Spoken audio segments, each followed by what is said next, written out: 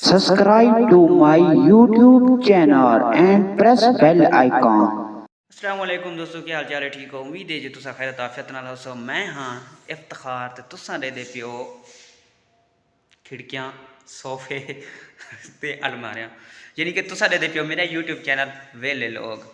रात बहुत लेट ही सुते हैं ते तकरीबन टाइम जो है पूरा 1 बज गए ते हुण जरा ना उठदे पे। ओए होए होए होए होए चंगा जनाब जी, नी चढ़िया होया, धुप निकली हुई है बड़े तिड़के दी, लेकिन साको इस चीज़ का कोई खौफ ही नहीं, क्योंकि छुट्टी वाला दिन तो हमेशा वाल छुट्टी वाला दिन होंदे।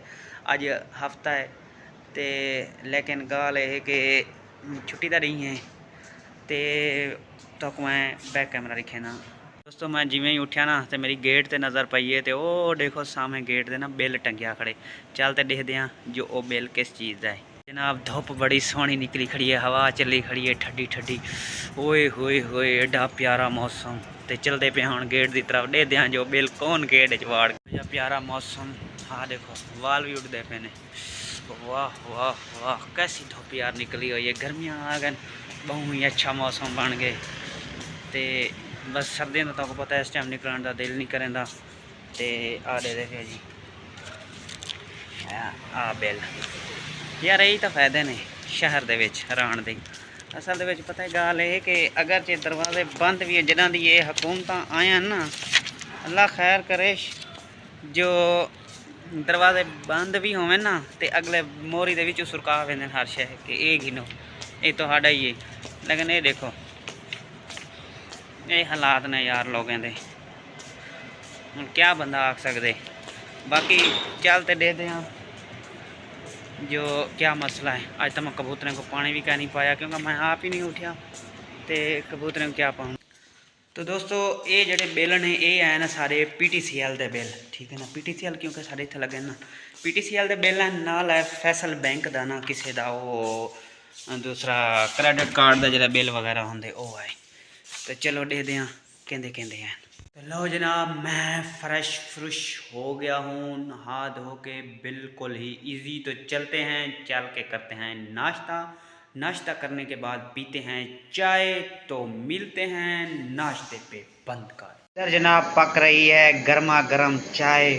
आ हा खालिश दूध पत्ती जो है, क्योंकि आज मैं अकेला हूँ ऑफिस में, तो फिर ये काम अकेले ही करने पड़ते हैं। तो अकेला बंदा भी इस तरह होता है जिस तरह आपकी बेगम जो है पेके चली जाए, तो फिर बंदा अकेला, तो ये भी अकेला इस तरह ही होता है। तो अज सानू ही सारे काम करने पैने जनाब। गर्मा गर्म नान और गर्मा गर्म चने। तो चल के करते हैं नाश्ता। इधर नान इधर चने। इतना जनाब पक गई है गर्मा गर्म चाय दूध पत्ती। तो चलते करें नाश्ता। नाश्ता करने के बाद वाल सुचेने अगला। तो फाइनली दोस्तों नाश्ता जो है टेबल ते आ गए। तो हुण करेंदे पे नाश्ता। जिस जिस दोस्त ने नाश्ता करना है वो आ तो साढ़े नाल नाश्ता कर सकते, क्योंकि सक तो हुण लग गई है भुख। तो बिस्मिल्लाह बहुत ही मज़ेदार है यार, क्योंकि टाइम तकरीबन 2:15 थी गए। 1 बजे तो मैं उठा होया, 2:15 थी गए। तो 2:15 जो मैं करना पाया नाश्ता, क्योंकि दोस्तों जो छुट्टी वाला झाड़ा होंगे ना वो बहुत ही बस, क्योंकि आम रूटीन के तो बंदा उठते सवेरे सवेरे नाश्ता करने, तो छुट्टी वाला जरा झाड़ा होंगे उन्हें बंदा सुता ही रहता है। शाला कूड़ ही होवे नाश्ता करना ही ना पवे।